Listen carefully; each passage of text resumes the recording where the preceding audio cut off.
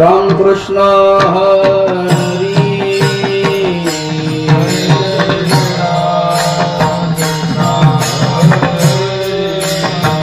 जय जय राम कृष्ण हरी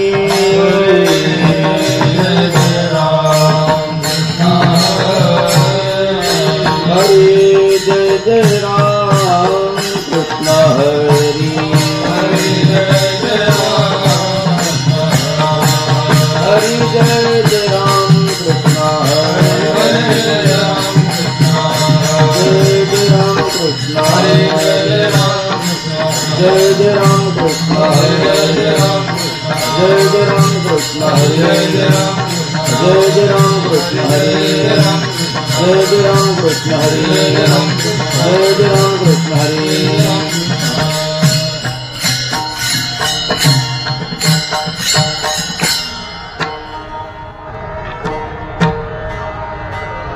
रूप पाहता लोचनी रूप पाहता लोचनी रूप पाहता लोचनी रूप पाहता लोचनी दुख भाले दुख भाले वो सागरी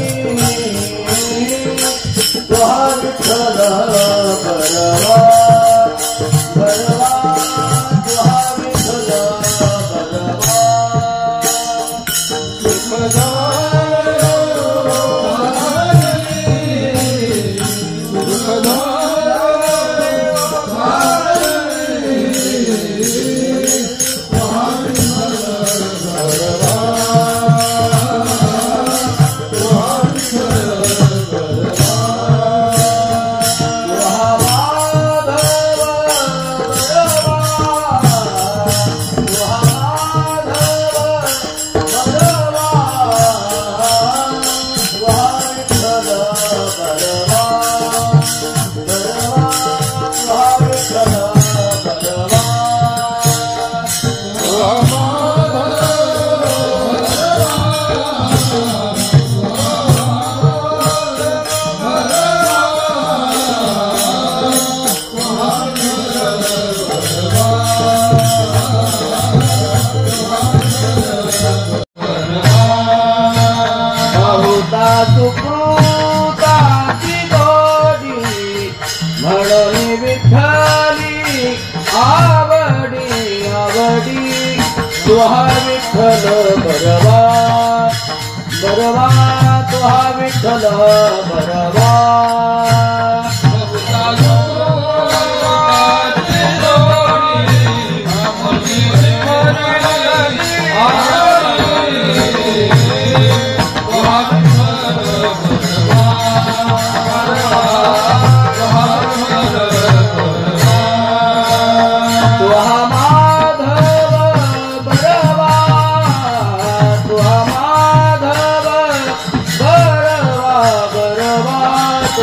विठ्ठल बरवा बरवा तुहा विठ्ठल बरवा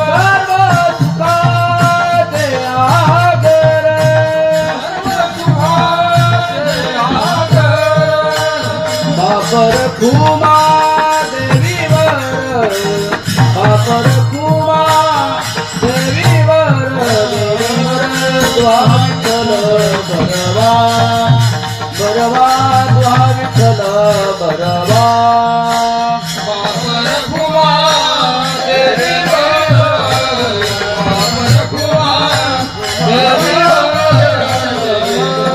तुहा विठ्ठल बरवा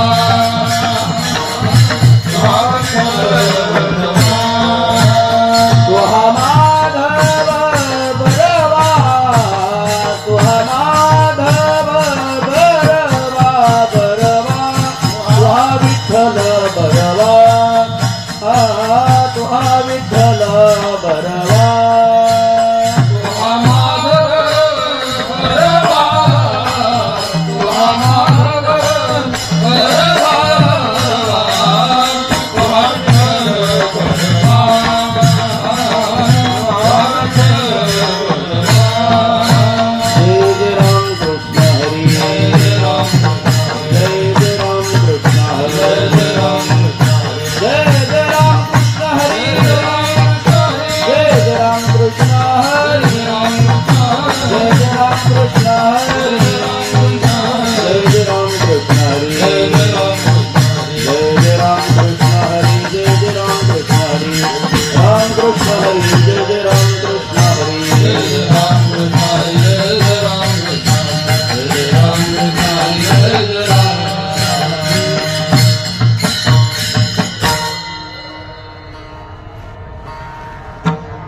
कोण पुण्य कोणा गाठी ज्यासी ऐसियांची भेटी ज्यासी ऐसियांची भेटी ज्यासी ऐसियांची भेटी कोण पुण्य कोणा गाठी ज्यासी ऐसियांची ज्यासी ऐसियांची भेटी ज्यासी ऐसियांची भेटी जी हरी धरी रामनी हरि धरि रामनी जी हरी धरी रामनी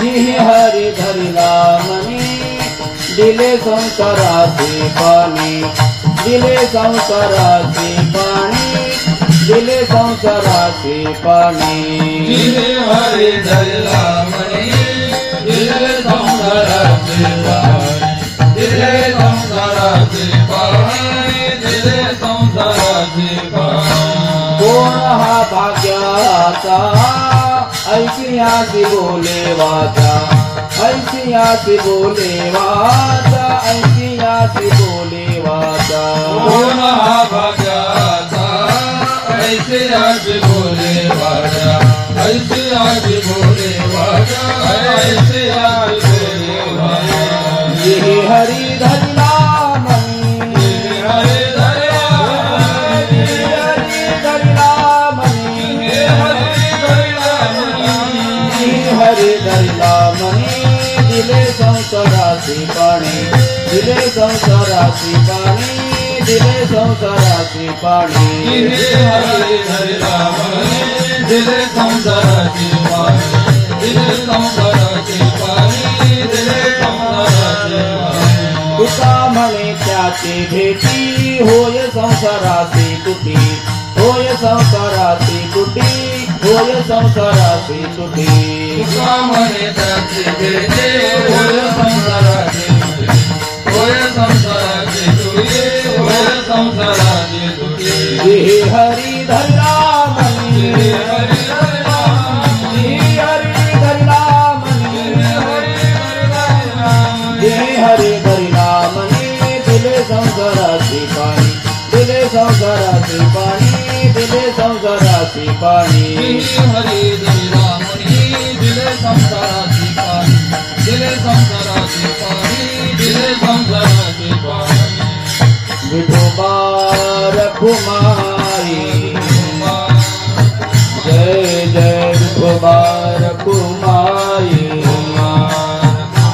जय जय विठोबा रखुमाई जय जय विठोबा रखुमाई जय जय विठोबा रखुमाई जय जय विठोबा रखुमाई विठोबा रखुमाई विठोबा रखुमाई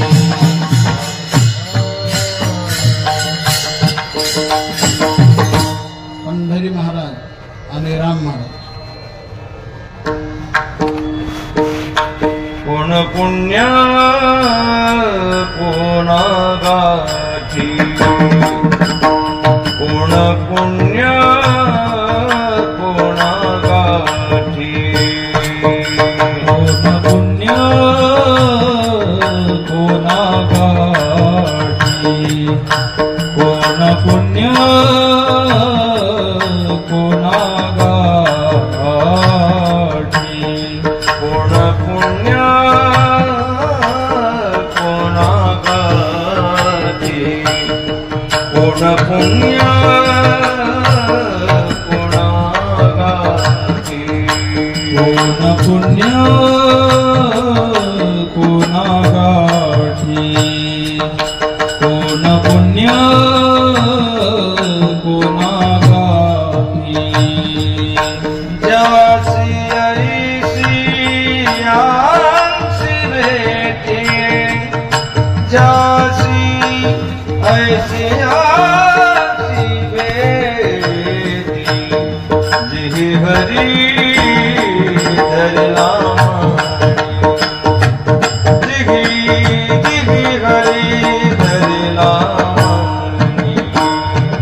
ज्यासी ऐसी याची भेटी ज्यासी ऐसी याची भेटी जिहि हरी धरिला मनी जिहि हरी धरिला मनी कोण पुण्य कोणागाठी कोण पुण्य पुण्य कोणागाठी कोण पुण्य कोणागाठी कोण पुण्य कोणागाठी कोण पुण्य कोणागाठी कोण कोण कोण पुण्य कोणागाठी कोण पुण्य कोणागाठी कोण पुण्य कोणागाठी जासी ऐसी यांसी भेटी जासी जासी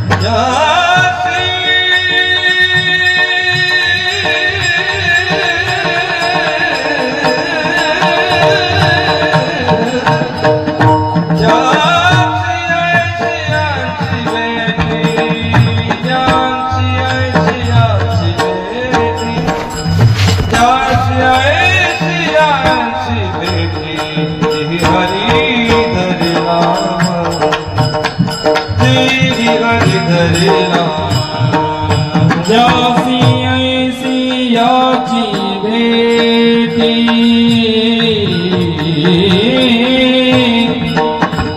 जासी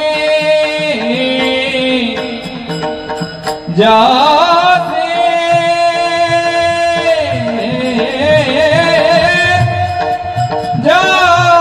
जासी जासी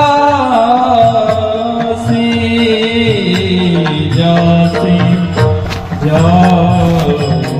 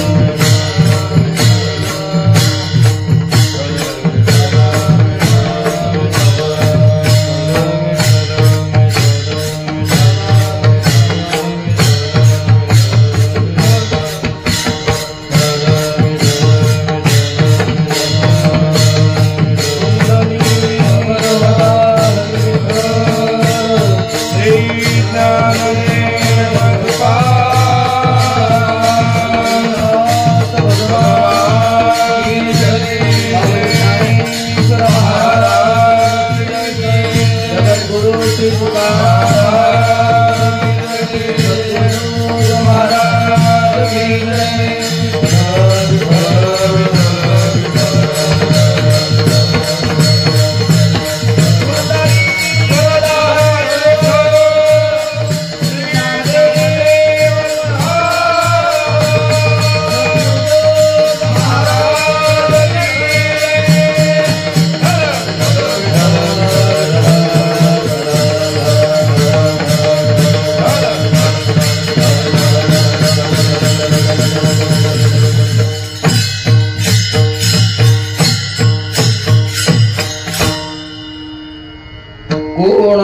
पुण्य कोणा गाठी,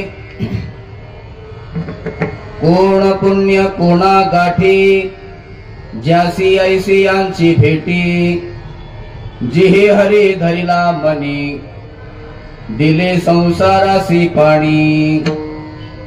कोण हा भाग्याचा, ऐसी यासी बोले वाचा, जिहे हरी धरिला मनी, दिले संसारासी पाणी. तुका म्हणे त्याचे भेटी, होय संसारासी तुटी, जिही हरी धरिला मनी, दिले संसारासी पाणी. पांडुरंगा करो प्रथम नमन,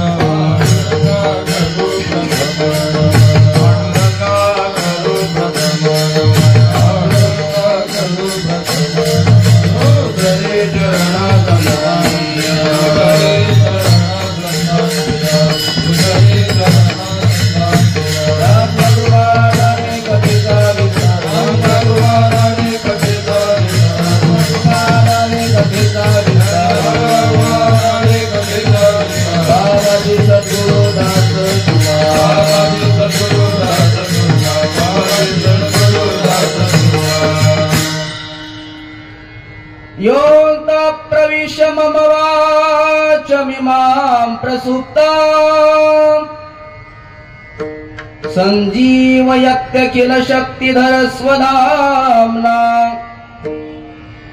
अन्यांशहस्तचरण श्रवण त्वगादीन्, प्राणान् नमो भगवते पुरुषाय तुभ्यम्. अलंकापुरी रम्य सिंहासनस्थं, पदाम्भोज तेज स्फुरद्दिक्प्रदेशम्. विधीन्द्रादिदेवैः सदा स्तूयमानम्, समाधिस्थमूर्तिं भजे ज्ञानदेवम्. सेवे लागी सेवक झालो, तुमच्या लागलो निज चरणा. अहो स्वामी तुकया देवा, यावरी न करावा अभेरू. काय माझी वाणी मानेल संतांसी, रंजवू चित्तासी आपुलिया. माझी वाणी तुझे वर्णी गुणनाम, ऐसे देई प्रेम काही कळा. जयांचे केलिया स्मरण, होय सकळ विद्यांचे अधिकरण. तेची वंदू श्री चरण श्री गुरूंची, ते नमस्कारोनी आता विठ्ठल विठ्ठल.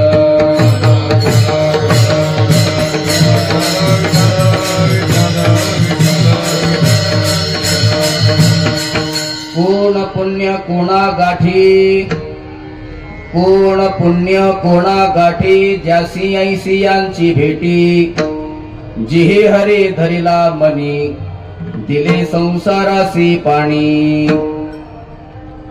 कैवल्य साम्राज्य चक्रवर्ती श्री ज्ञानोबाराय, वैराग्य राग रसिक जगदवंदनी जगद्गुरु श्री संत तुकाराम महाराज, स्वानंद सुख निवासी सद्गुरु जोग महाराज आणि अखिल संत मांदियाळी यांच्या चरणारविंदी सेवा समर्पित करण्याकरता निवडलेला अभंग विश्ववंद्य, विश्वसंत, विश्वभूषण, विश्वोद्धारक, विश्व कल्याण मूर्ती श्री जगद्गुरु तुकोबाराय यांच्या अभंग गाथेतील संतपर प्रकरणातील 4 चरणाचा एक चिंतनीय असा अभंग असून या अभंगातून जगद्गुरु श्री तुकोबाराय कैमुत्तिक न्यायाने संतांचं वर्णन करतात. विठ्ठल विठ्ठल.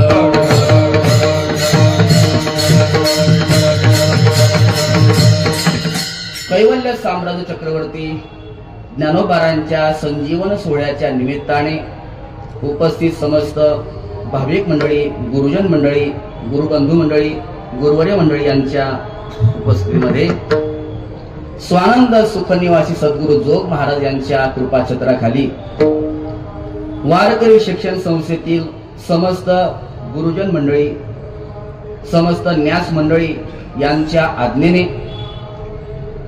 परमादरणीय परमश्रद्धेय गुरुवर्य नानांच्या संपर्कातून मिळालेल्या आज्ञेने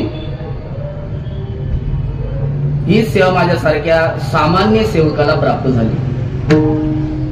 भगवान परमात्मा ज्ञानोबाराय सद्गुरु जोग महाराज जशी कृपा करतील तसं बोलण्याचा आपण प्रयत्न करूया. 2003 साली संस्थेमध्ये प्रवेश मिळाला. त्यानंतर 4 वर्षाचा अभ्यासक्रम पूर्ण करून 2006 साली परीक्षेच्या निमित्ताने परीक्षेच्या माध्यमातून सद्गुरु जोग महाराजांसमोर सेवा करण्याचा योग प्राप्त झाला होता. आणि त्यानंतर आता तब्बल 18 वर्षांनंतर पुनश्च एकदा सद्गुरु जोग महाराजांची कृपा झाली. गुरुवर्य नानांची आज्ञा ही सद्गुरु जोग महाराजांची आज्ञा, संस्थेतील समस्त गुरुजनांची आज्ञा स्वीकारून आज हा सेवक आपल्या पुढे सेवेकरता उपस्थित आहे. पूजनीय गुरुवर्य शास्त्री बाबा, पूजनीय गुरुवर्य नाना, पूजनीय गुरुवर्य विठ्ठल विठ्ठल.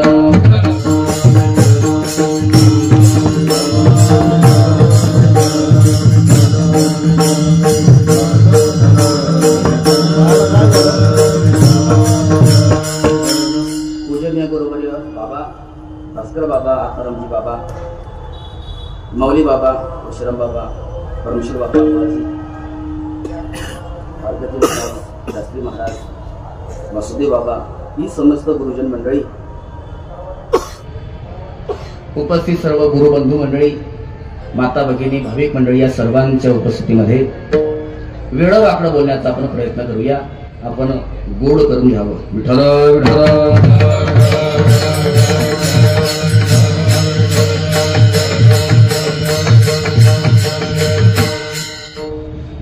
सद्गुरु जोग महाराजांच्या सेवेकरता जगद्गुरु तुकोबारांचा 4 चरणाचा अभंग निवडलाय. अभंग जर आपण सरळ सरळ पाहिला तर असं वाटतं हे संतांचंच वर्णन आहे. कदाचित आपण म्हणाल मग कोणाचं वर्णन आहे? संतांचं वर्णन आहे, परंतु प्रत्यक्ष संतांचं वर्णन नाहीये.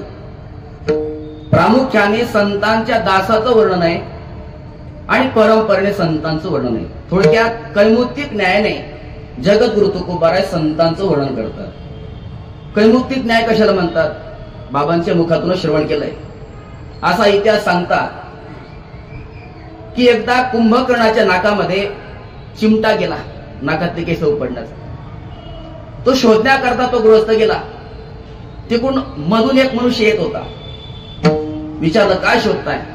म्हटलंय माझा चिमटा हरला इथं, तो शोधतोय, चल बाहेर. का बरं? चल.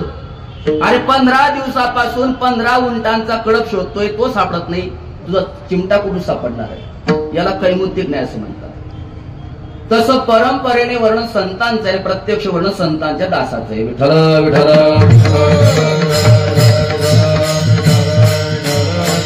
संतांना काय सांगायचंय?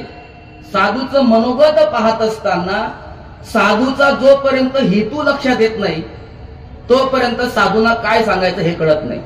एक साधू गुरु शिष्याची जोडी गावागावामध्ये भ्रमण करत असताना एका गावामध्ये गेले. त्यांचा असा नियम होता, यदृच्छा लाभ संतुष्ट. कोणाच्या दारामध्ये जायचं नाही, मंदिरात थांबायचं, जे मिळेल ते स्वीकारायचं आणि पुढच्या गावाला निघायचं. एका गावाला गेले, स्नान विधी संपूर्ण आटोपला. 11 वाजले, 12 वाजले, जेवणाची वेळ झाली, पण कोणी येऊन तिथं विचारेना. भिक्षा मागणाऱ्यामध्ये 3 प्रकार असतात. काही दारात जाऊन भिक्षा मागतात, काही दारात जात नाही पण रस्त्यावर उभे राहतात, कोणी आणून दिलं तर घेतात. पण काही दारातही जात नाही, रस्त्यावर उभे राहत नाही. एखाद्या गावातला मठ, आश्रम, मंदिर असेल तर तिथे थांबतात आणि कोणी आणून दिलं, बोलवलं तर जातात. दुपारची जेवणाची वेळ झाली, 1 वाजला तरी कोणी येत नाही, कारण तो गाव पूर्ण नास्तिकांचा होता. देव म्हणजे काय, धर्म म्हणजे काय, अतिथी म्हणजे काय, मंदिर म्हणजे काय, काही त्यांना माहिती नव्हतं.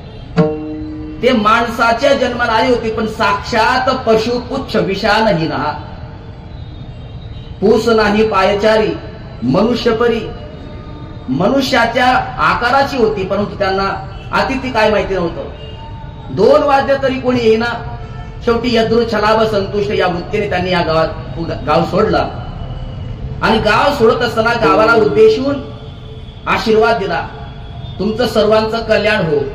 पुढच्या गावाला गेले. तो गाव वैष्णवांचा, वारकऱ्यांचा. आनंद वाटला. दारामध्ये आलेला भिकारी घराचा देव असतो, पण मंदिरावर आलेला म्हणजे साधू अतिथी हा संपूर्ण गावाचा अतिथी असतो. म्हणून सर्व गावाने त्यांचं खूप आदर आतिथ्य केलं, खाऊपिऊ घातलं आणि तो गाव सोडत असताना साधू महाराजांनी त्यांनाही उद्देशून आशीर्वादने यावेळी शाप दिला, तुमचं सर्वांचं वाटोळं हो. शिष्याच्या लक्षात येईना, आपल्या गुरुजीचं डोकं जागेवर आहे का फिरलंय.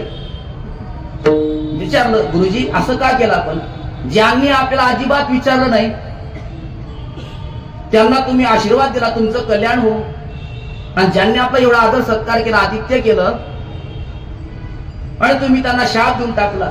अरे म्हणजे बेटा, त्याचं कारण असं आहे, ज्या गावात आपण गेलो तिथे त्या लोकांनी आपल्याला अजिबात विचारलं नाही. ते सर्व आसुरी संपत्तीचे लोक आहेत. ते जर जास्त बाहेर फिरले तर आसुरी संपत्तीचा प्रचार होईल. तो होऊ नये याच्याकरता त्यांना सांगितलं, तुमचं कल्याण व्हावं. जर त्यांना सर्व वस्तू गावातच मिळू लागल्या तर ते कशाला गाव सोडतील? म्हणून त्यांना सांगितलं, तुमचं कल्याण हो. पण ज्यांनी आपलं आदर आतिथ्य केलं ती सर्व दैवी संपत्तीची माणसं आहेत. त्यांनी एका ठिकाणी न थांबता त्या दैवी संपत्तीचा प्रचार करावा, याच्याकरता बाहेर फिरलं पाहिजे, आस्तिकपणाचा प्रचार केला पाहिजे, वैदिक धर्माचा प्रचार केला पाहिजे, अतिथी कशाला म्हणतात, देवधर्म कशाला म्हणतात, या सद्गुणांचा प्रचार केला पाहिजे. याच्याकरता त्यांनी गाव सोडावं. जर गावात त्यांच्या सर्व अपेक्षा पूर्ण होऊ लागल्या तर ते कशाला गाव सोडतील? म्हणून त्यांना आशीर्वाद दिला, शाप दिला की तुमचं वाटोळं हो. विठ्ठल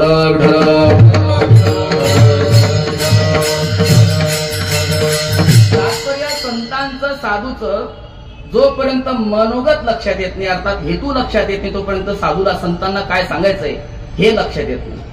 जगद्गुरु तुकोबाराय यांना संतांचं वर्णन करायचंय, पण प्रत्यक्ष संतांचं वर्णन न करता प्रत्यक्ष संतांच्या दासाचं वर्णन करतात आणि मग परंपरेने संतांचं वर्णन करतात.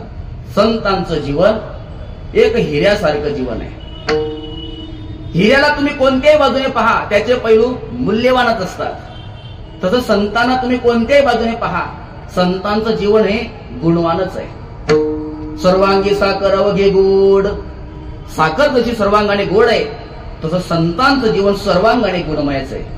एखाद्याने प्रयत्नाने साधूच्या संतांच्या जीवनामध्ये अवगुण पाहण्याचा प्रयत्न केला तो मात्र सापडू शकत नाही. दीप घेऊन या धुंडीत या नार बेटे हा विचार अघटित.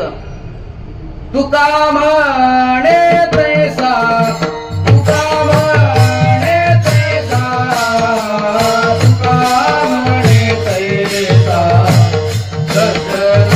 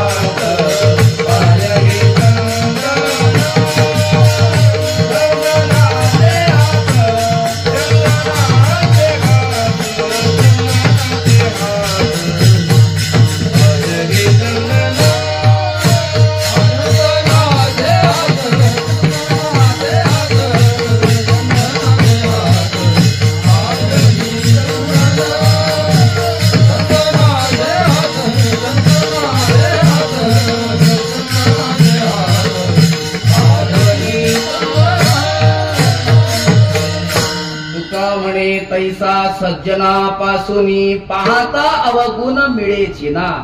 संतांकडे अनेक प्रकारचे गुण आहेत. नुसतं गुणच असं नाही, तर ते गुण देण्याची शक्ती सुद्धा आहे. काही लोकांकडे भरपूर गुण असतात, पण देव वाटत नाही. देव वाटत नाही. कदाचित जर दिले तर दुसऱ्याचं महत्व वाढेल, आपलं कमी होईल, अशी क्षुद्र बुद्धी असते. पण संतांना असं वाटतं की जसं आपलं जीवन आहे तसं इतरांचं जीवन व्हावं, याच्याकरता संत महात्मे जे गुण आपल्यामध्ये ते इतरांमध्ये यावे याच्याकरता आपल्या शक्तीद्वारे गुण प्रदान करत असतात. नेत्रकृपा, हस्तकृपा हे असो, दिठीवा जयावरी झळकी, की हा पद्मकुरु माथा पारुखी, तो जीवाची परी तुके महेश. जीव असला पण संतांनी नेत्रकृपा, दृष्टिकृपा केली, हस्तकृपा केली. जीव असणारा शिवदशेला प्राप्त होतो. हस्तकृपा, नेत्रकृपा, दृष्टिकृपा जाऊ द्या, संतांच्या अंगावरून आलेला वारा सुद्धा माणसाचं कल्याण करतो. निळोबाराय म्हणतात, यांचा वारा लागेल ज्यासी, येते त्यासी मुक्ती हि वरू. पद्मपुराणामध्ये पाताळखंडामध्ये महिरथ नावाच्या राजाची कथा येते. अत्यंत पुण्यवान राजा, आणि पुण्यवान असल्यामुळे शेवटच्या काळामध्ये त्याला घेण्याकरता विमान आलं. विमानामध्ये बसला आणि लोकांतरावून त्याचं विमान जात असताना तो विचारू लागला, हा कोणता लोक आहे, हा कोणता लोक आहे. पार्श्व त्याला सांगत होते. नरकावरून जसं ती विमान जात होतं तसं त्या राजाच्या अंगावर आलेला वारा त्या नरकामध्ये यातना भोगणाऱ्या जीवांना लागला. त्यांना शीतलता प्रदान झाली. नरक यातनेपासून जरा शांती, शीतलता प्रदान झाली. हा कोण लागला, अहो विमान थांबवा, विमान थांबवा. राजाने विचारलं, हे हा कोणता लोक आहे आणि हे लोक का ओरडतायत विमान थांबवण्याकरता? म्हणजे हा नरक लोक आहे. आयुष्यभर ज्याने पाप कर्म केलंय त्या पापाचा धडा घेण्याकरता त्या इथं नरकामध्ये आणलं जातं. म्हणजे मग हे का ओरडतायत? म्हणजे तुमच्या अंगावरून आलेला वारा यांना लागल्यानंतर यांना शीतलता प्राप्त होते, म्हणून थांबवा ना. थांबवता येत नाही का? इथे आल्यानंतर त्यांना जाच करणं हाच इथला नियम आहे. अहो म्हटले, माझ्या अंगावरून आलेला वारा जर त्यांना आनंद देतोय तर मी स्वर्गाला येत नाही. नाहम स्वर्गम गमिष्यामी स्वर्ग मात्र करोम्यहम. तात्पर्य, संतांच्या अंगावरून आलेला वारा सुद्धा जीवाचं कल्याण करतो. आलिंगनाने मोक्ष प्राप्त होतो. आलिंगन घडे मोक्ष सायुज्यता जोडे. श्री गंगाजीच्या स्नानाला गेलो तर गंगाजी फक्त पाप हरण करते, चंद्रमा फक्त ताप हरण करतात, कल्पतरू फक्त दैन्य हरण करतो. पण संतांची भेट जर झाली तर संत महात्मे उठाउठी पाप ताप दैन्य त्याचं हरण करत असतात. पाप ताप दैन्य जाय उठाउठी.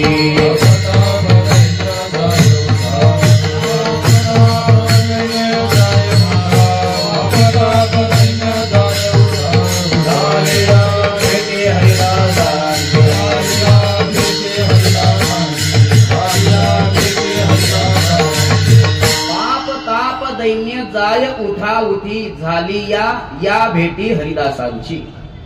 या हरिदासांची भेटी झाली या पाप ताप दैन्य उठा उठी जाय. हा संतांच्या भेटीचा महिमा आहे. संतांच्या भेटी करता श्रद्धेने गेले तरच कल्याण होईल असं नाही. संतांना त्रास देण्याकरता गेले तरी कल्याण होतं. ज्ञानोबाराय म्हणतात, लोखंडाने विचार केला, ही परीस नावाची जी वस्तू आहे ना ती आपल्या लोखंडाच्या जातीला संपवल्याशिवाय राहणार नाही. म्हणून त्यांनी विचार केला की परीसाचा नायनाट करायचा. मग काही लोखंड ऐरन झालं, काही घण झालं, परीस ठेवला वरून घराने आघात केला, काय होईल? फोडण्याकरता आलेल्या घणाचं सुद्धा सोनच होतं. अगा वरी फोरडा वयाची लागी, लोह मिळो का परिसाची अंगी, का जे मिळते प्रसंगी लागे परिसा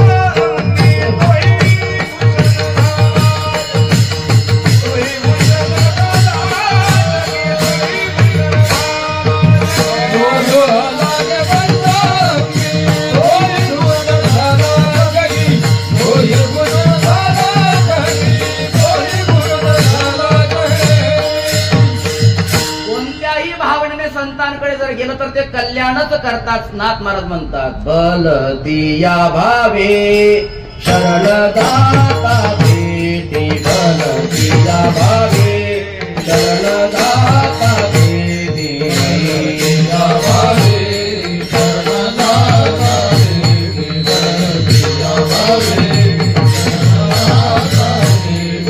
पाडी तसे तुटी जन्म व्याधी, पाडी तसे तुटी जन्म व्याधी, पाडी तसे तुटी जन्म व्याधी, पाडी तसे तुटी जन्म व्याधी, न पारियाची पुराता विचार, न पारियाची पुराता विचार,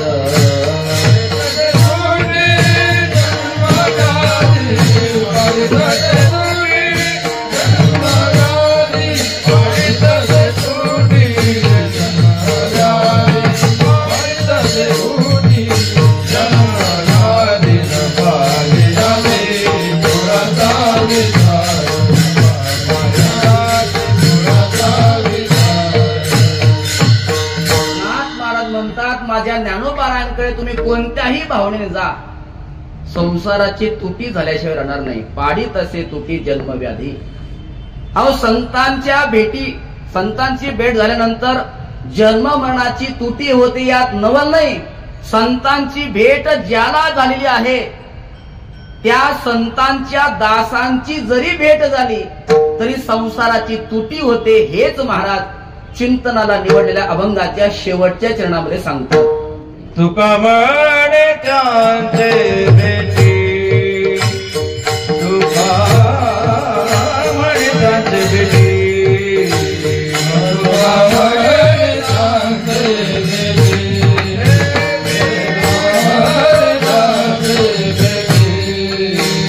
तुका म्हणे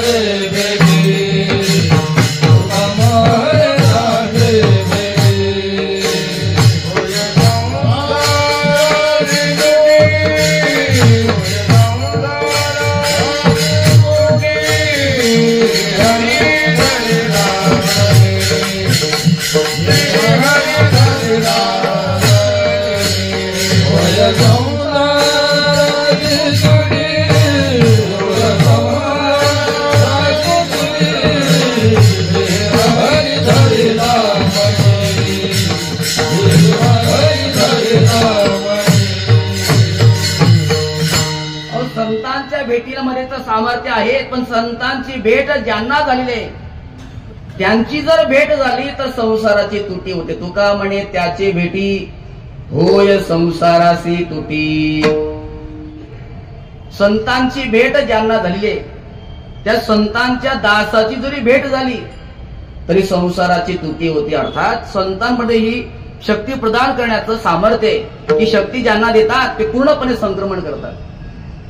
ज्ञानोबाराय म्हणतात जैसा दीपे दीपू लाविजे, ते तर आदिल कोण हे नोळ खिजे. दिव्याने दिवा लावला, मागून आलेला विचारलं पहिला दिवा कोणता नंतरचा दिवा कोणता, नाही सांगता येणार. तर संतांमध्ये जे सामर्थ्य आहे, ती संतांची भेट ज्याला झालेली आहे त्यांच्यात सुद्धा ते सामर्थ्य येतं. त्यांची भेट जर झाली तर संसाराची तुटी होते. महाराज संत दासाची भेट झाल्यावर संसाराची जर तुटी होते तर असा कोण आहे की तो त्यांची भेट घेऊ इच्छिल का? कारण प्रत्येकाला अपेक्षा संसाराच्या वृद्धीची आहे, संसाराच्या तुटीची नाही. मग कशाला ते भेट घेतील? तर का संसाराची वृद्धी व्हावी वाटते. तुकोबाराय म्हणतात ते ज्ञानामुळे नाही, ते अज्ञानामुळे. व्यवहारामध्ये हुशार कोण? तू एका एकरची 40 करतो, एका घराची 4 घरं करतो, वेल मांडवावर नेतो, त्याला हुशार म्हणतात. पण परमार्थामध्ये हा हुशार नाही. परमार्थामध्ये संसार बंधनातून सुटण्याचा जो प्रयत्न करतो हा हुशार आहे, हा खरा शहाणा आहे. एका राजाला फार वर्षांनी मुलगा झाला. फार वर्षांनी म्हणजे त्यांच्या 10 पिढीनंतर मुलगा झाला. 10 पिढीपर्यंत त्यांना मुलगा नव्हता. 10 पिढीनंतर मुलगा झाला. ऐकताय ना? 10 पिढीनंतर मुलगा, मग या 10 पिढ्या कस काय झाल्या? वैकुंठवासी प्रातस्मरणीय गुरुनाम गुरु मामासाहेब दांडेकर यांच्या म्हणण्यानुसार देवाची चूक भरून काढण्यात झाला. म्हणजे काय? दत्तक घेण्यामध्ये 10 पिढ्या गेल्या आणि आता 10 पिढ्यानंतर मुलगा झाला. आनंद साजरा करायचा, गुढ्या उभारा, तोरणे बांधा, आनंद साजरा करा म्हटले.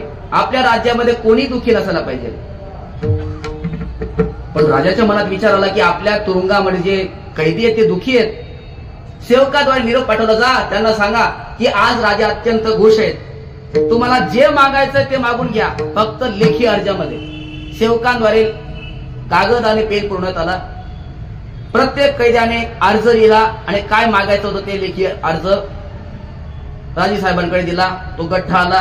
राजे साहेबांनी संपूर्ण अर्ज वाचले. त्याच्यातला एक अर्ज बाजूला काढून ठेवला. तेव्हा सेवक म्हटले, महाराज सरकार, हा अर्ज बाजूला का काढला? याच्यातली मागणी तुम्हाला मान्य नाही का? तुम्ही तर असं म्हटलं की आजच्या मंगल प्रसंगी, आनंद प्रसंगी जो कैदी जे मागेल ते पुरवणार आहे, मग हा अर्ज बाजूला का काढला? राजे साहेब म्हणतात, एवढा एकच हुशार आहे, बाकीचे हे सर्व गठ्ठा येड्यांचा आहे म्हणे. आणि कसं काय? अर्ज क्रमांक 1, माननीय राजे साहेब, तुरुंगात आलो, तंबाखू भरपूर आणली, पण चुनाच विसरलो म्हणे, तेवढी चुन्याची व्यवस्था करा, आपला नम्र कैदी. दुसरा अर्ज, कपडे फाटले, शिवण्याकरता दोरा नाही, तेवढ्या सुई दोऱ्याची उपलब्धता करून द्यावी, आपला नम्र कैदी. तिसरा अर्ज, कैद झालो पण मला घरी असताना चहा प्यायची सवय होती 6 वाजता आणि इथे कैदेमध्ये आल्यापासून तो मला 8 वाजता मिळतोय, तो लवकरात लवकर मिळावा अशी विनंती, आपला विनम्र कैदी. हे सर्व वेडे आहेत का? हे कैदेत राहूनच मागणी करतायत. एवढा एक शान आहे की जो कैदेतून मुक्त होण्याचा प्रयत्न करतोय.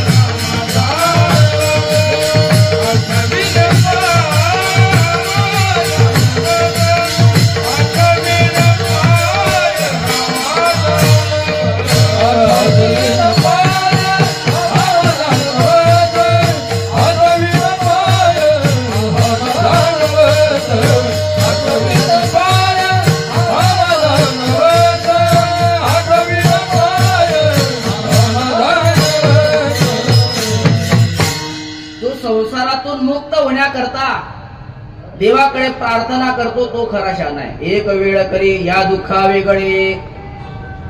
म्हणून ज्या साधकाच्या अंतःकरणामध्ये तीव्र जिज्ञासा निर्माण झाली की भगवंताने लवकरात लवकर आपल्याला या संसार व्यथेतून मुक्त करावं, असा जो साधक आहे, त्या साधकाला जर संतांची भेट ज्याला झाली, त्या संतांच्या दासाची भेट झाली, तर त्याच्या संसाराची तुटी होते. तुका म्हणे त्याची भेटी होय संसाराची तुटी. म्हटले महाराज, जर संतांच्या दासामध्ये एवढं सामर्थ्य आहे तर प्रत्यक्ष संतांमध्ये केवढं सामर्थ्य असेल.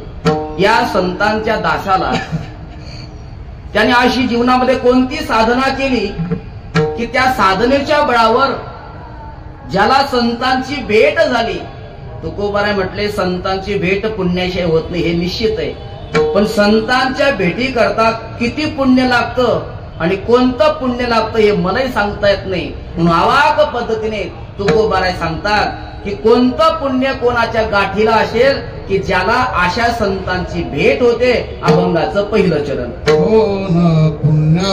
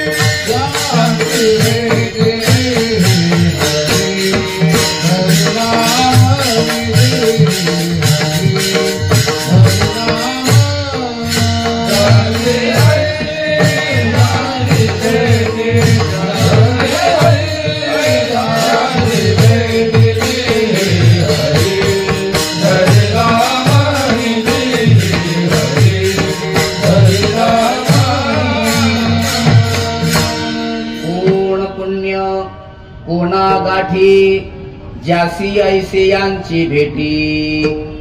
असं कोणतं पुण्य कोणाच्या गाठीला असेल की ज्याला अशा संतांची भेट झाली. संतांची भेट परमार्थ क्षेत्रामध्ये पारमार्थिक साधकाच्या जीवनामध्ये अत्यंत मोठा टप्पा जर कोणता असेल तर तो संतांच्या भेटीचा. सगुण स्वरूपापेक्षा सुद्धा संतांची भेट महत्वाची. विठ्ठल विठ्ठल.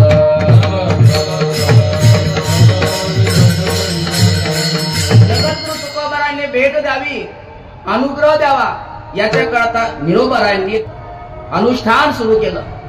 अनुष्ठान करता करता 40 दिवस होत आले किंवा 40व्या दिवशी प्रत्यक्ष भगवान पांडुरंग परमात्मा प्रगट झाले. अहो निरोबा. निरोबारांचे डोळे बंद आहेत.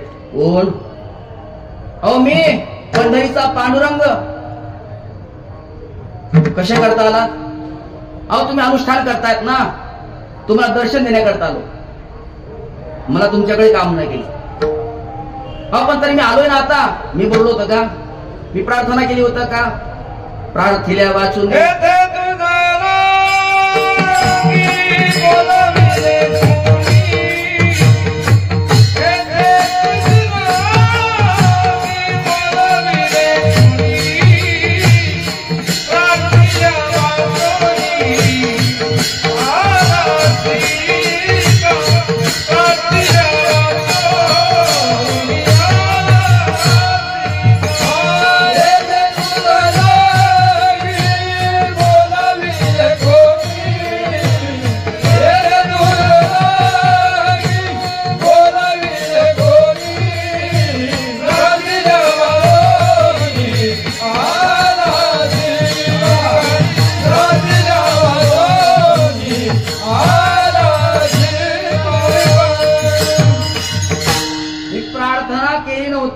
तरी तुम्ही का आलात?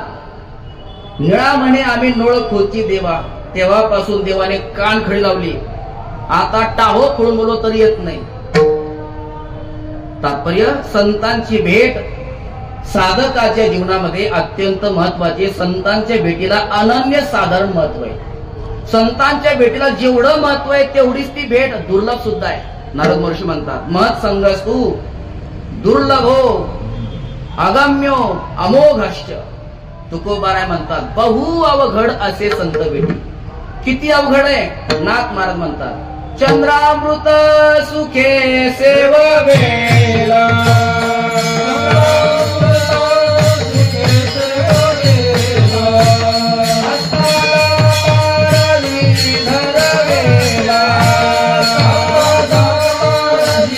धरवेला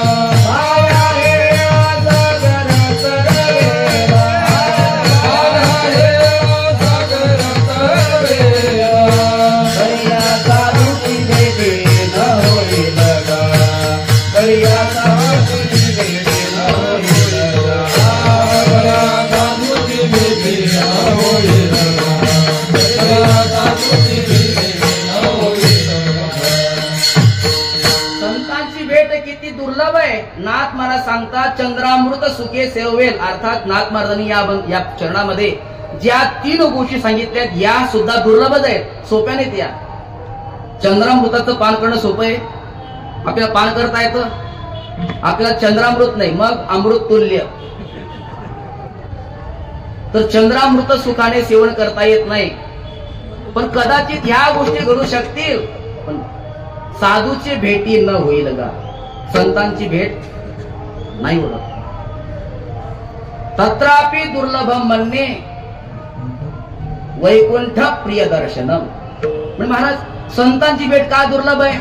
संत नाहीत म्हणून दुर्लभ आहे का संत भेटी करता साधना करणारे अपेक्षा करणारे साधक दुर्लभ आहेत? तर नाही. संतांच्या भेटी करता संतही आहेत आणि साधकही आहेत.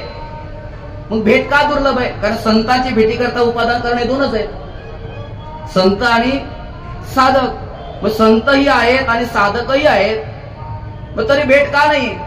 तर शास्त्र सांगतं की उपादान कारण असलं तरी निमित्त कारण असल्याशिवाय कार्य होत नाही. मातीपासूनच घट निर्माण होतो, पण नुसतं मातीपासून डायरेक्ट घट निर्माण होत नाही. त्याच्याकरता दंडचक्र कुणाला हवा लागतो. तसं संतही आहेत, साधकही आहेत, तरी संतांची भेट का दुर्लभ आहे? कारण साधकाजवळ संतांच्या भेटी करता जी गोष्ट पाहिजे ती गोष्ट नाहीये, तर मग संतांची भेट होत नाही. संतांची भेटी करता काय लागतं? संतांच्या भेटी करता आतापर्यंत ज्यांना ज्यांना संतांची भेट झालेली आहे त्यांनी संतांची भेट होण्याकरता काय कारण आहे असं सांगत असताना सरळ पुण्याकडे बोट दाखवलंय. पुण्य फळले बहुता दिवसा भाग्य उदयाचा ठसा. पुण्य फळले बहुता दिवसा भाग्य उदयाचा ठसा. पुण्य फळले बहुता दिवसा भाग्य उदयाचा ठसा.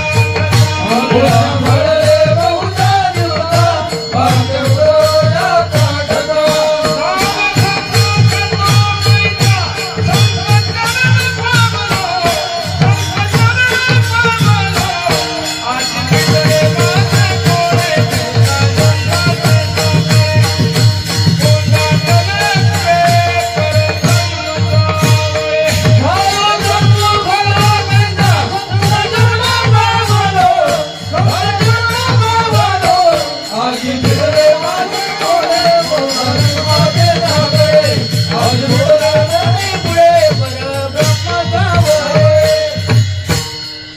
संतांच्या भेटीचं कारण सांगत असताना पुण्याकडे बोट दाखवलंय. पुण्याकडे बर का, पुण्याकडे नाही, पुण्याकडे बोट दाखवलंय. पुण्य फळले बहुता दिवसा पूर्वजन्मी सुकृते थोर केली ती मज आजी फळासी आली. परमानंदू आजी मानसी भेटी झाली या संतांशी. संतांच्या भेटी करता पुण्य पाहिजे. मग महाराज तरी संतांची भेट दुर्लभ काय म्हणे का? कारण जगतामध्ये असा कोण मनुष्य ज्याच्याकडे पुण्य नाहीये? प्रत्येकाकडे पुण्य आहे. कारण मानव देह प्राप्त होत असताना कधी प्राप्त होतो? सुकृत दुष्कृत समान समी तैची पाविजे कर्मभूमी. म्हणजे पुण्य आणि पाप समान असल्यानंतरच मानव देह प्राप्त होतो. म्हणजे प्रत्येकाकडे काय आहे? पुण्य आहे. मग पुण्य असून सुद्धा संतांची भेट दुर्लभ का? तुकोबाराय म्हणतात संतांच्या भेटीला पुण्य लागतं हे मान्य आहे, पण किती पुण्य लागतं हे ऐकून घे पुढे. एक मनुष्य पायी पायी आला, त्याचा मित्र भेटला. का रे म्हणे पायी आला? म्हणे हो. तू? म्हणे मी गाडीने आलो. मी खूप थकलो म्हणे, मी आता गाडीच घेतो म्हणे. मी काय लागतं गाडी घेण्याकरता? म्हणे पैसे. चल म्हणे. मग मित्राला घेतला आणि शोरूमला गेले. कोणती गाडी घ्यायची कोणती घ्यायची एक गाडी पसंत केली. ती गाडी घ्यायची. शोरूमचा मालकने विचारलं मग तुम्ही गाडी घेणार ते कॅशने घेणार का फायनान्स करणार आहे? रोख. म्हणे मग करू बिल? करा बिल. तेव्हा त्याचा मित्र म्हणतो थांबा, थोडं थांबा म्हणे. त्याला बाजूला घेतलं, विचारलं एवढे पैसे आहेत तुझ्याकडे? म्हणे हा. गाडी घ्यायला पैसे लागतायत ना? पैसे आहेत माझ्याकडे. म्हणे किती आहेत? म्हणे 25 रुपये आहेत माझ्याकडे. त्याने 1-1 रुपयाचे 2-2 रुपयाचे ठोकळे काढले ना, मोजून टाकले, बघ 25 आहे म्हणजे चाल घरी. का बरं? घरी चाल, गाडी घेऊन जाऊ ना. अरे गाडी सोड, या 25 रुपयामध्ये गाडी पुसण्याचं फडकं सुद्धा येणार नाही. चल घरी. पैशाने गाडी मिळते, पण नुसत्या पैशाने मिळत नाही. मग गाडी घेण्याकरता जेवढे पैसे लागतात तेवढ्या पैशाने गाडी मिळते.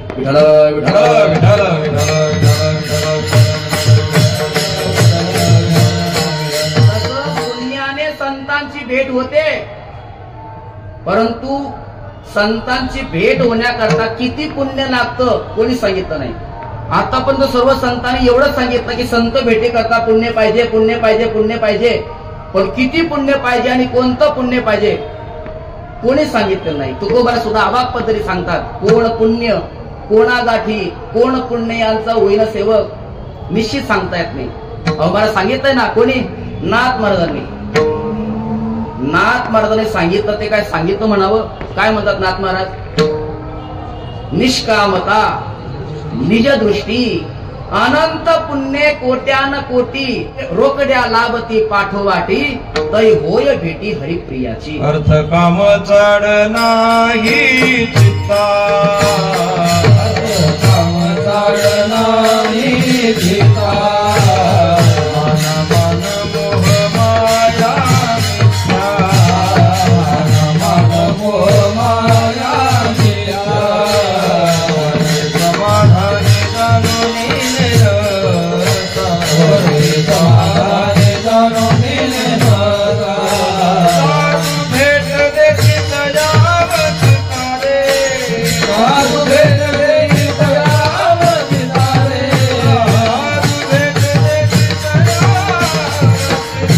साधु भेट देखी दयावत तारे, ऐसे जाने भेटती ते साधु, ऐसे जाने भेटती ते साधु, ऐसे जाने भेटती ते साधु, ऐसे जाने भेटती ते साधु. अर्थ काम चाड नाही चित्ता, माना मान मोह माया मिथ्या, वर्ते समाधानी जाणून निनता, साधू भेट देते तयावर चितारे. पण याच्यातून निश्चित होत नाही की नेमकं किती पुण्य पाहिजे असं. नाथ महाराज जे सांगतायत ते सुद्धा अनंत पुण्य. अनंत म्हणजे नेमकं किती? जसं एकावर 1 शून्य ठेवला की 10, त्याच्यावर शून्य ठेवला की 100, 1000, 10,000, लक्ष, 10 लक्ष, कोटी, 10 कोटी, वृंद, खर्व, निखर्व, शंख, पद्म, सागर, अंत्य, मध्य, एकावर 17 शून्य ठेवले की 1 परार्ध. जसं एकावर 17 शून्य म्हणजे 1 परार्ध, तसं एकावर किती शून्य म्हणजे अनंत नाही सांगता येणार. म्हणजे मग थोडस परार्धावर शून्य देऊन बघा. परार्धावर शून्य दिला तर मग 10 परार्ध, अजून शून्य द्या 100 परार्ध, ते परार्धापर्यंत येईल. मग 1 परार्ध परार्ध, अजून शून्य द्या मग 10 परार्ध परार्ध. ही शांत संख्या आहे आणि आपल्याला अनंत पाहिजे, अनंत पुण्य. मग महाराज अनंत पुण्य जर आम्ही केलं तर आम्हाला भेट होईल? नाही नाही, नुसतं अनंत पुण्य नाही. मग अनंत पुण्य गुणिले कोटी, गुणिले कोटी. नेमकं किती कोटी हे सांगता येत नाही, म्हणून अवाक पद्धतीने सांगतात, कोण पुण्य कोणा गाठी. अवाक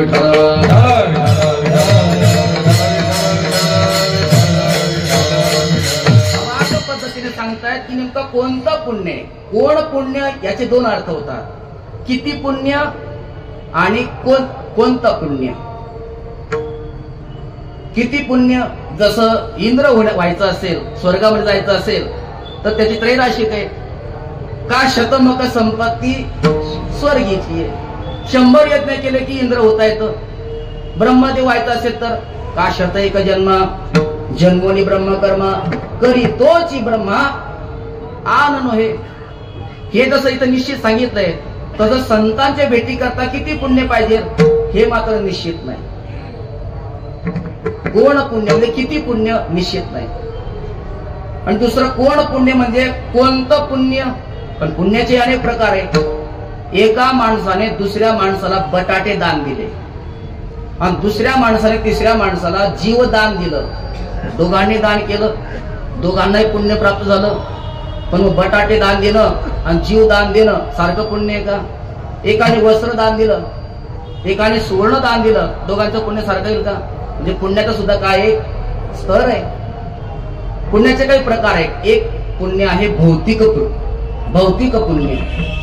भौतिक पुण्य कशाला म्हणतात? प्रपंचामध्ये व्यवहारामध्ये एखाद्या अडचणीमध्ये असेल, समस्येमध्ये असेल तर त्याला मदत करणं, सहकार्य करणं, याच्यातून पुण्य निर्माण होतं, त्याला म्हणतात भौतिक पुण्य.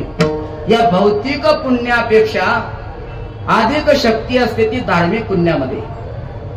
धार्मिक पुण्य कशाला म्हणतात? वेदाने सांगितल्याप्रमाणे यज्ञ यागाधिक कर्म करणं किंवा दान धर्माधिक कर्म करणं, त्यापासून जे अदृश्य निर्माण होतं त्याला धार्मिक पुण्य म्हणतात. या धार्मिक पुण्यापेक्षा अजून शक्तिशाली पुण्य ते अध्यात्माचं पुण्य, आध्यात्मिक पुण्य. आत्मवस्तूचा लाभ झाल्यानंतर जी शक्ती माणसाला प्राप्त होते त्याला आध्यात्मिक पुण्य असं म्हणतात. धार्मिक पुण्यापेक्षा आध्यात्मिक पुण्याची ताकद जास्त असते. विठ्ठल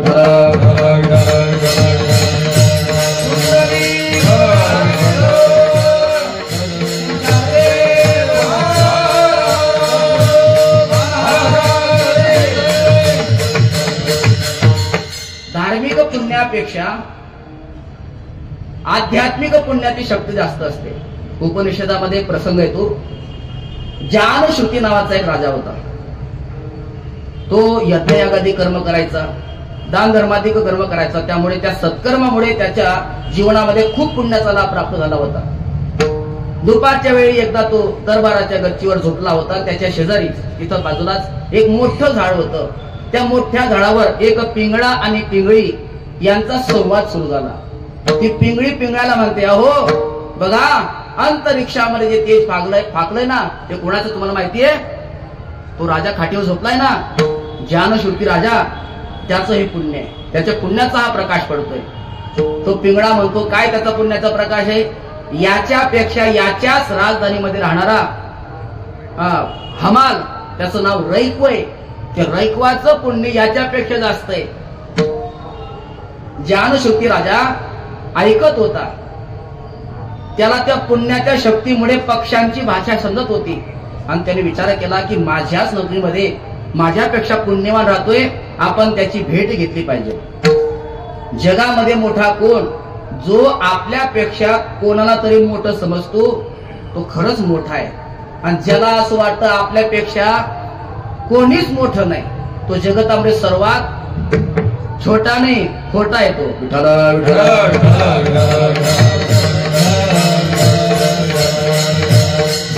राजा स्वतः निघाला. कशा करता? त्या रैक्वाचा शोध घेण्याकरता. दुपारची वेळ होती, थकला होता रैक्व, आणि म्हणून विश्रांती घेण्याकरता गाडी लावली. त्या गाडीच्या सावलीमध्ये तो विश्रांती घेत बसला होता. शोध घेता घेता रैक्व दिसला. जाऊन राजेसाहेबांनी पाय पकडले. महाराज, आतापर्यंत तुम्ही गुप्त होतात पण आता प्रगट झालात, मला तुम्ही ज्ञान द्या. रैक्व म्हणतो, महाराज तुम्ही असं काय करताय? तुम्ही राजे आहात, मी तुमच्या नगरीमध्ये राहणारा एक हमाल आहे. तुमच्या नगरीमध्ये कसं तरी हमाली करून पोट भरतोय, का बरं आमचे पाय पडताय तुम्ही? आम्ही तुमचं दर्शन घेतलं पाहिजे. राजा म्हणतात, नाही नाही, आतापर्यंत तुम्ही लपालेले होतात पण आता प्रगट झालात, आता तुम्ही मला ब्रह्मज्ञान द्या. माझ्यापेक्षा तुमच्याकडे जी शक्ती आहे ती अधिक आहे, माझ्यापेक्षा तुमचं सामर्थ्य अधिक आहे. त्यानंतर त्या रैक्वाने जानश्रुती राजाला उपदेश केला. अर्थात धार्मिक पुण्यापेक्षा अध्यात्माचं पुण्य कितीतरी पटीने श्रेष्ठ असतं. पण हे आध्यात्मिक पुण्य सर्वांनाच करता येईल हे सांगता येत नाही. सर्वांच्या वाटेला प्राप्त होईल हेही सांगता येत नाही. धार्मिक पुण्य करण्याकरता सुद्धा अधिकार पाहिजे. सर्वांचा अधिकार धार्मिक पुण्य करण्याचा नाहीये. सत्यनारायणाची पूजा करण्याकरता सुद्धा अधिकारी लागतो. ब्रह्मचार्याचं काम नाही तिथं, तिथं गृहस्थी पाहिजे. म्हणजे धार्मिक पुण्य करण्याकरता अधिकारी लागतो.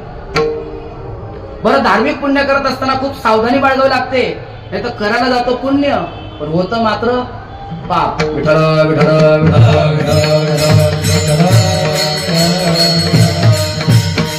श्रीमद भागवताच्या दशमस्कंदामध्ये कथा येते. भगवंताची मुलं उपवनामध्ये खेळत असतात. त्यांना तहान लागते, ते एका विहिरीजवळ जातात. विहिरीत पाणी नसतं, पण जे पाहतात किंवा त्यांना भला मोठा सरडा दिसतो, प्रभूला हाक मारतात, प्रभू बघा केवढा मोठा सरडा आहे. भगवंत येतात, भगवंत सहज त्याला बाहेर काढतात, पण भगवंताचा स्पर्श झाल्याबरोबर त्याचा सरड्याचा देह पडतो आणि दिव्य रूपामध्ये तो प्रकट होतो. म्हणजे आपण कोण?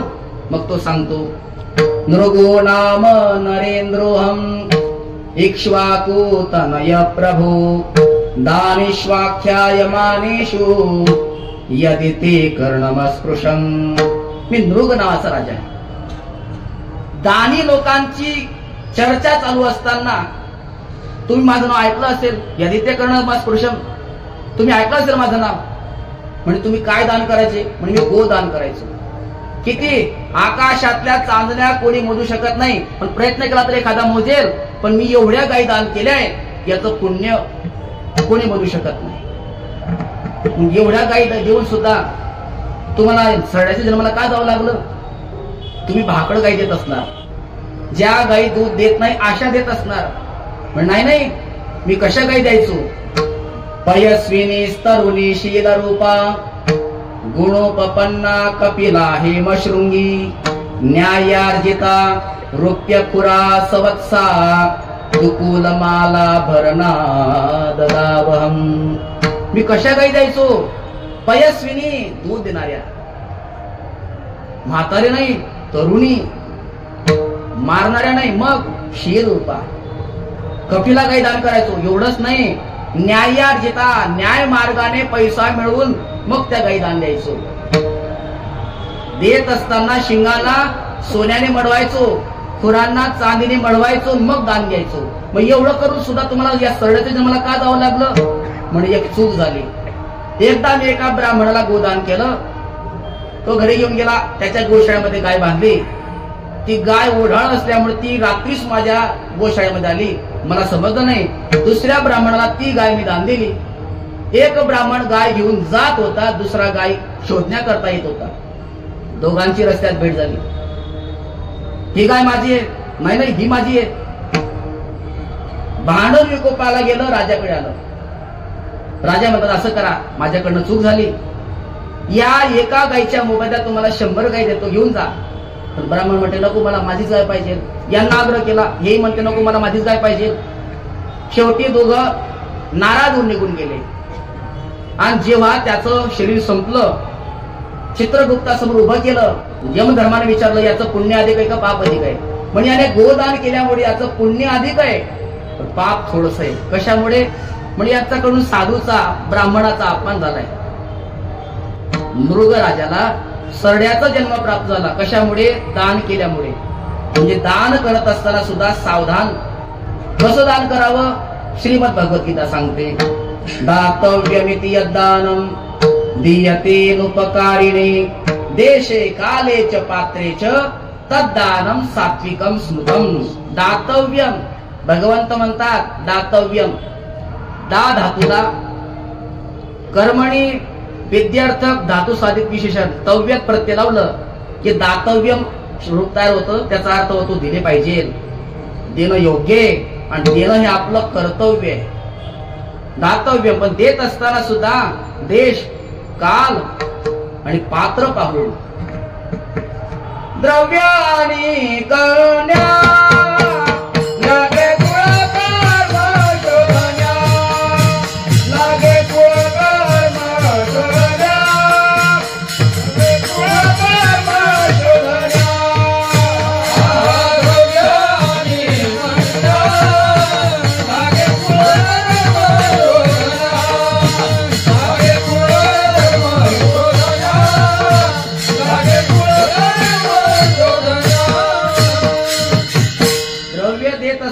पात्राचा विचार करावा आणि कन्या देत असताना कुळ गोत्राचा विचार केला पाहिजे. नाहीतर जे आपण दान करतोय त्या दानाने पुण्य न होता पापच होईल.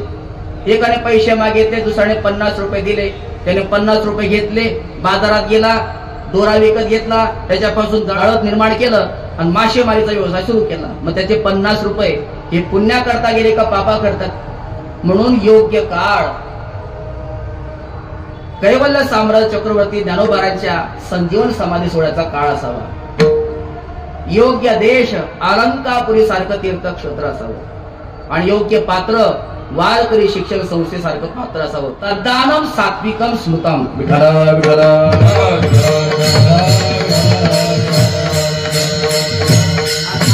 धार्मिक पुण्य करण्याकरता सुद्धा मर्यादा येतात. म्हणून एक सोपं पुण्य आहे. कोणतं? भक्तीचं पुण्य.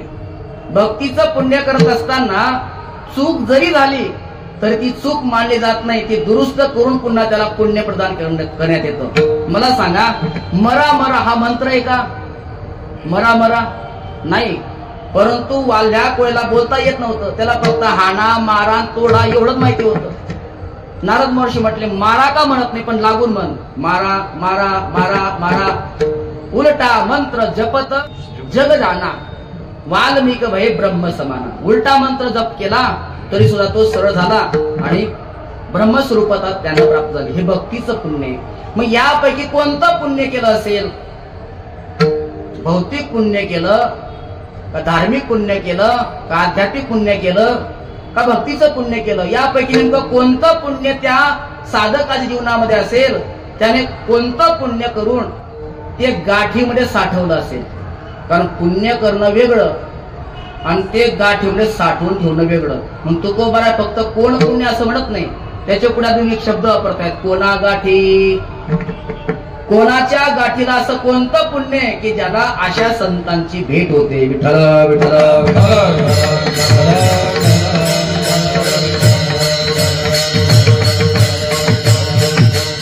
कारण पुण्य करणं ही एक साधना आहे आणि पुण्य सांभाळणं ही दुसरी साधना आहे. पुण्य केल्यानंतर पुण्य सांभाळलं पाहिजे. म्हणजे पुण्य सांभाळण्याकरता काय केलं पाहिजे? पथ्य सांभाळलं पाहिजे. काय पथ्य? पुण्य सांभाळण्याकरता पहिलं पथ्य आहे आपल्या पुण्याचा उच्चार करू नये. आपल्यात अशी सवय, थोडस दान द्यायचं पण अपेक्षा अशी करायची की आपली प्रसिद्धी अशी झाली पाहिजे की मंदिराच्या महाद्वारामध्ये आपला बोर्ड झळकला पाहिजे, अशी अपेक्षा असते आपली. द्यायचं थोडं पण प्रसिद्धी जास्त करून घ्यायची. म्हणजे ते पुण्य गाठीमध्ये प्राप्त होत नाही, मग ते प्रसिद्धीमध्ये चाललं जातं. तर गाठीमध्ये ते पुण्य प्राप्त करण्याकरता, ते पुण्य सांभाळण्याकरता पुण्याचा उच्चार करू नये. कशाप्रमाणे ज्ञानोबा म्हणतात, नाना कृषवळू आपुले पांघुरवे पेरिले तैसे झाकी निपजले दान पुण्य.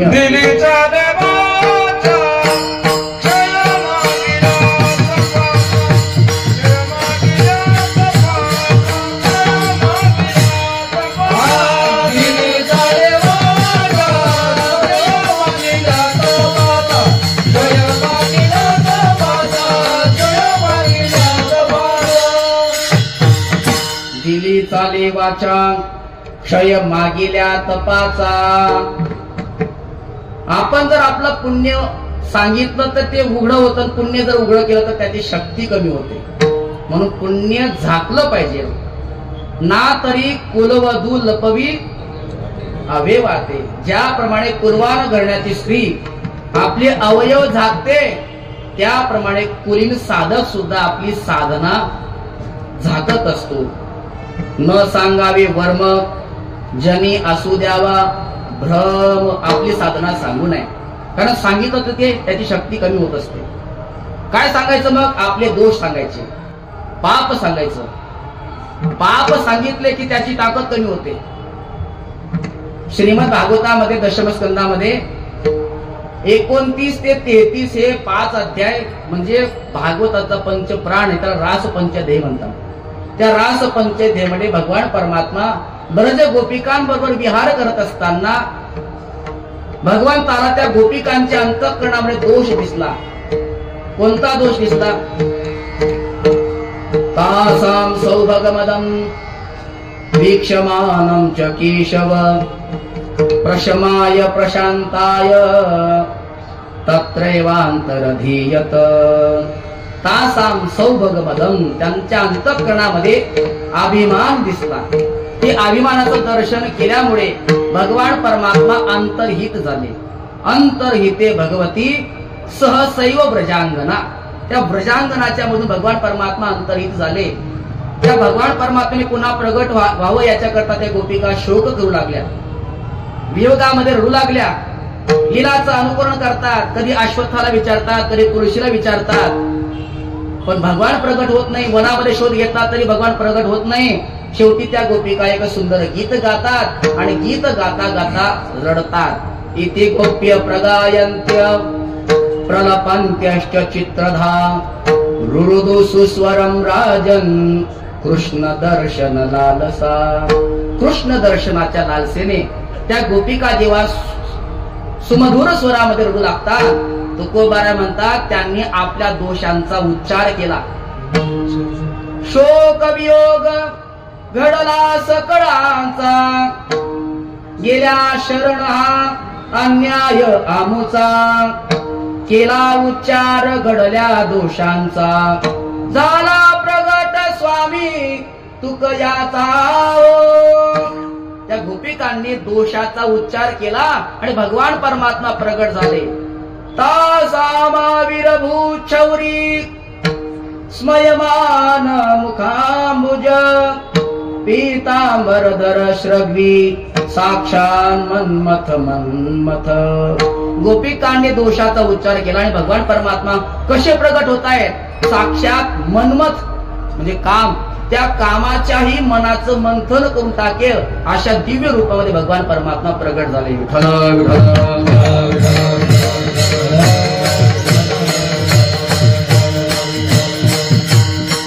म्हणून दोषाचा उच्चार केला पाहिजे, पुण्याचा उच्चार करू नये. हे पहिलं पथ्य आहे.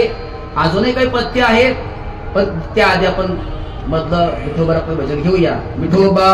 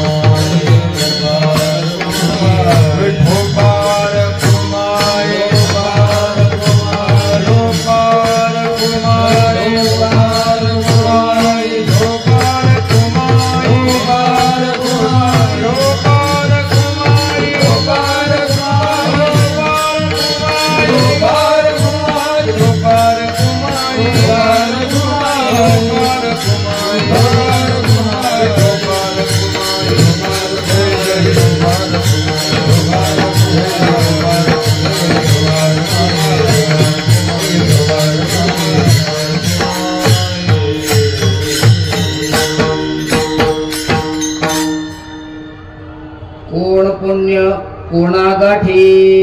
ते गाठीमध्ये राहण्याकरता पहिलं पथ्य सांगितलं की आपल्या पुण्याचा उच्चार करू नये. उच्चार करायचा असेल तर दोषाचा उच्चार करावा. लोक दोष झाकून ठेवतात आणि पुण्याचा उच्चार करतात. एक म्हण आहे, लोक काशीला गेलेले सांगतात, मांजर मारायला सांगत नाही. म्हणजे पुण्याचा उच्चार करतात पण पाप मात्र झाकून ठेवतात. अज्ञान झाकलं नाही पाहिजे, अज्ञान प्रगट केलं पाहिजे. जोपर्यंत श्री अर्जुनजींनी अज्ञान प्रगट केलं नाही, अज्ञान झाकून ठेवलं, तोपर्यंत भगवंताच्या मुखातून गीतामृताचा दिव्य उपदेश प्रगट झाला नाही.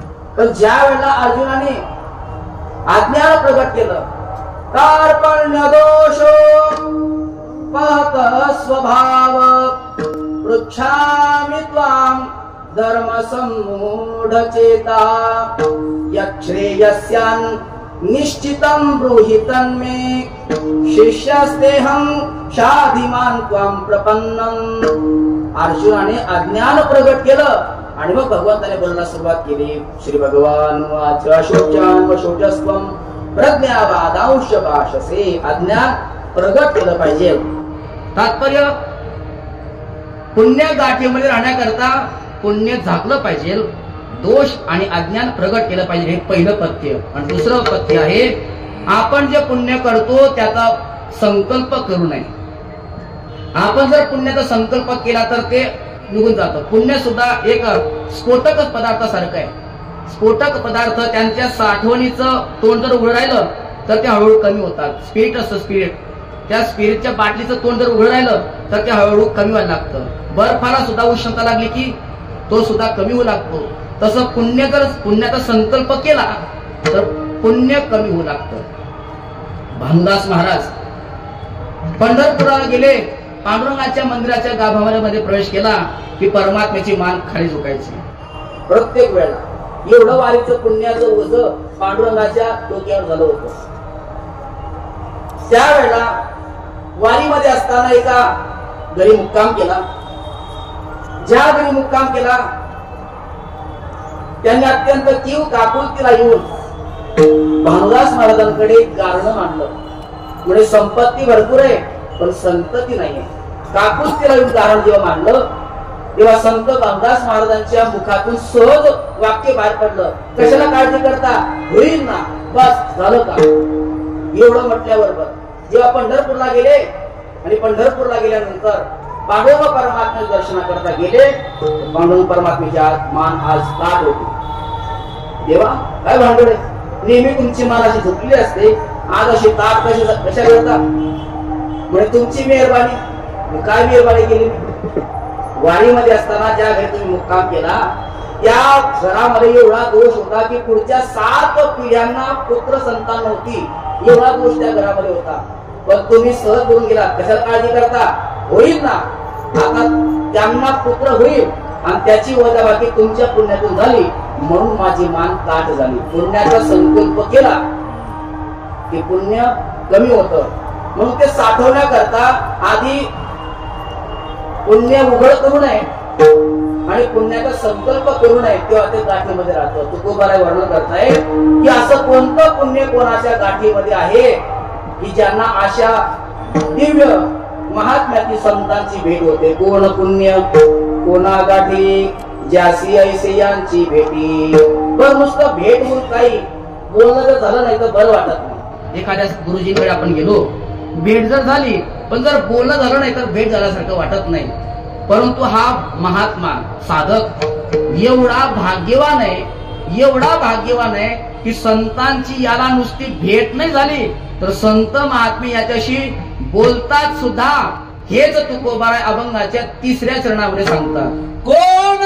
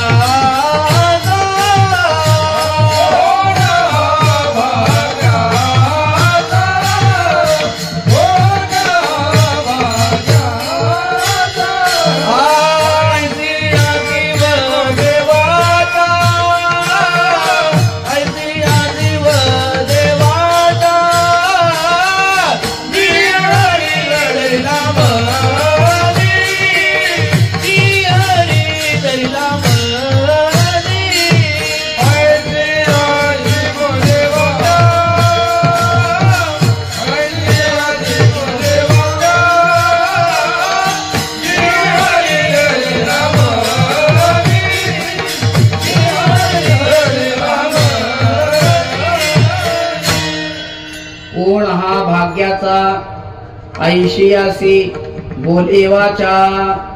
असा हा कोण भाग्यवाचा आहे, कोणतं याने भाग्य, याचं कोणतं भाग्य उदर आलं असेल की संत महात्मे भेट देतात, नुसती भेट देत नाही तर याच्याशी बोलतात। बोलण्याकरता परिचय असावा लागतो किंवा काहीतरी हित संबंध असावा लागतो तर मनुष्य बोलतो। वारीमध्ये एवढे लोक येतात, एकमेकांना पाहतात पण बोलत नाही का, भांडण झालं म्हणून, भांडण झालं नाही तरी बोलत नाही का, नाही कारण परिचय नाही एकमेकांशी, काही हित संबंध नाही म्हणून बोलत नाही। पण संत महात्मे या भाग्यवान पुरुषाचे बोलतात, तो हित संबंध आहे म्हणून बोलतात। आणि काय बोलतात संत महात्मे जेव्हा बोलतात, आली मुखा वाटा अमृत वचने उत्तीर्णता येणे मोहे जन्मे। आज काय मुखी अमृताची वाणी असं ते बोलतात। संत महात्मे त्यांचा विषय परमात्मा आहे, त्यामुळे परमात्म्याशिवाय दुसरं काहीच बोलत नाही। बोलण्याची नाही आता देवा विना काही, आता देवा विना काही, बोलण्याची नाही आता देवा विना काही।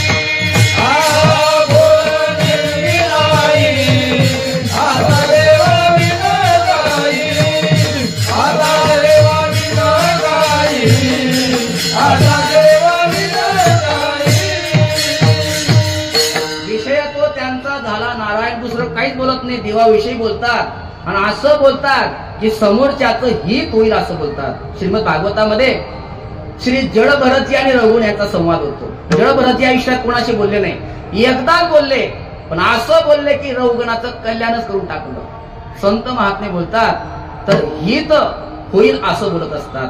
कोण हा भाग्यवान आहे की ज्याच्या बरोबर संत महात्मे बोलतात. कोण हा भाग्याचा ऐशियासी बोले वाचा. मग महाराज आतापर्यंत आपण संतांच्या दासाचं वर्णन केलं. अहो नेमके ते संत असतात तरी कसे की ज्यांची भेट झाल्यानंतर त्या दासामध्ये एवढं सामर्थ्य प्राप्त होतं. तर त्या संतांचं लक्षण तुकोबाराय सांगतायत अभंगाच्या दुसऱ्या चरणामध्ये.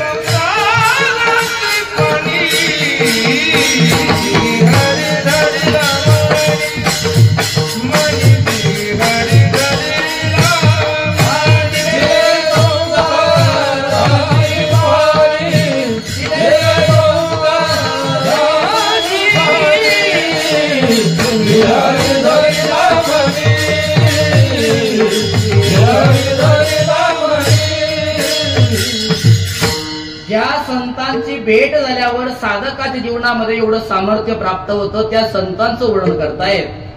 कसे ते संत? जिही हरी धरिला मनी, ज्यांनी अंतःकरणामध्ये भगवान परमात्म्याला साठवलंय. दिले संसारासी पाणी, संसाराला पाणी दिलं. जसं आपण कांद्याला पाणी देतो, जसं आपण ऊसाला पाणी देतो, तसं संत महात्म्यांनी कोणाला पाणी दिलं? संसाराला पाणी दिलं. असा जर अर्थ केला तर सर्व अनर्थ होऊन जाईल. मग संसाराला पाणी दिलं म्हणजे काय? पाणी दिलं याचा अर्थ त्याग केला, संसाराचा त्याग केला. त्याग सुद्धा दोन प्रकारचा असतो, कृतीचा त्याग आणि वृत्तीचा त्याग. शास्त्रामध्ये आपण पाहिलं पुराणामध्ये शुक सनकादिक यांचा कृतीचाही त्याग आणि वृत्तीचाही त्याग. जनकादिकांचा कृतीने प्रपंच पण वृत्तीने मात्र संसाराचा त्याग.